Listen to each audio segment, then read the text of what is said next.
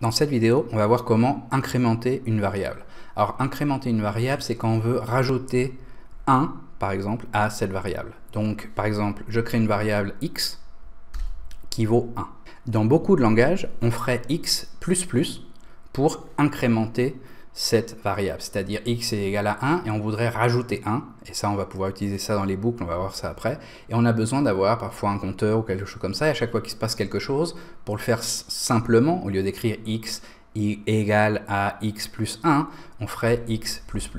Donc ça, dans Julia, comme dans Python, ça ne marche pas, donc c'est pour ça que j'ai mis nope, et en commentaire, et donc on a une erreur. Donc vous en faites pas pour l'erreur, on va l'ignorer pour l'instant, c'est juste pour vous pouvez voir que voilà, c'est une erreur dans Julia. À la place de ça, ce que vous pouvez faire, et c'est la même chose qu'on fait avec Python, on peut faire une assignation d'addition, c'est-à-dire plus égal. Donc égal, c'est comme ça qu'on assigne une variable, et en mettant plus d'abord, eh ben on dit en fait, prends la variable x, et tu vas lui rajouter, tu vas faire une addition de 1 à cette variable, et tu vas la garder dans x. Donc là, on avait x qui était égal 1, et maintenant on fait x plus égal 1, et c'est exactement la même chose que ce qu'on voulait faire avec plus plus, c'est-à-dire x devient x plus 1, et ça mets-le dans x. Donc si je dis x était déjà 1, on l'a vu en haut, et on lui rajoute 1, maintenant x est égal à 2. Ça n'a pas besoin d'être 1, ça peut être n'importe quel numéro, hein. Et ça, donc, vous voyez, x plus égale 3, ça veut dire que je vais prendre la valeur de x, maintenant c'est 2, et je vais lui rajouter 3. Donc ça va me donner 5. Voilà. Maintenant, je remets ça à 1 juste pour le notebook.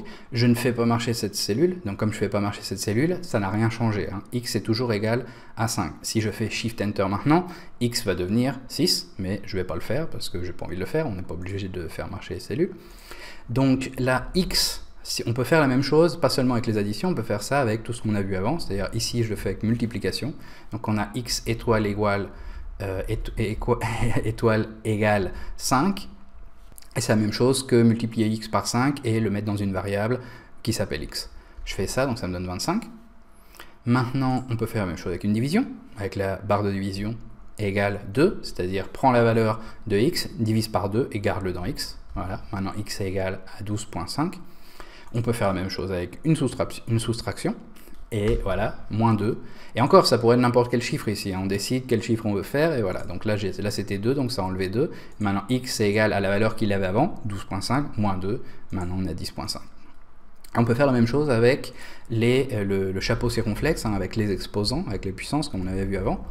Et là, qu'est-ce qu'on dit? Eh ben, on dit maintenant x va être égal à x exposant 3. Donc ça veut dire que x va être égal à x par x par x. Donc x était égal à 10,5, donc ça veut dire que ça va être ça, 10,5 par 10,5 par 10,5.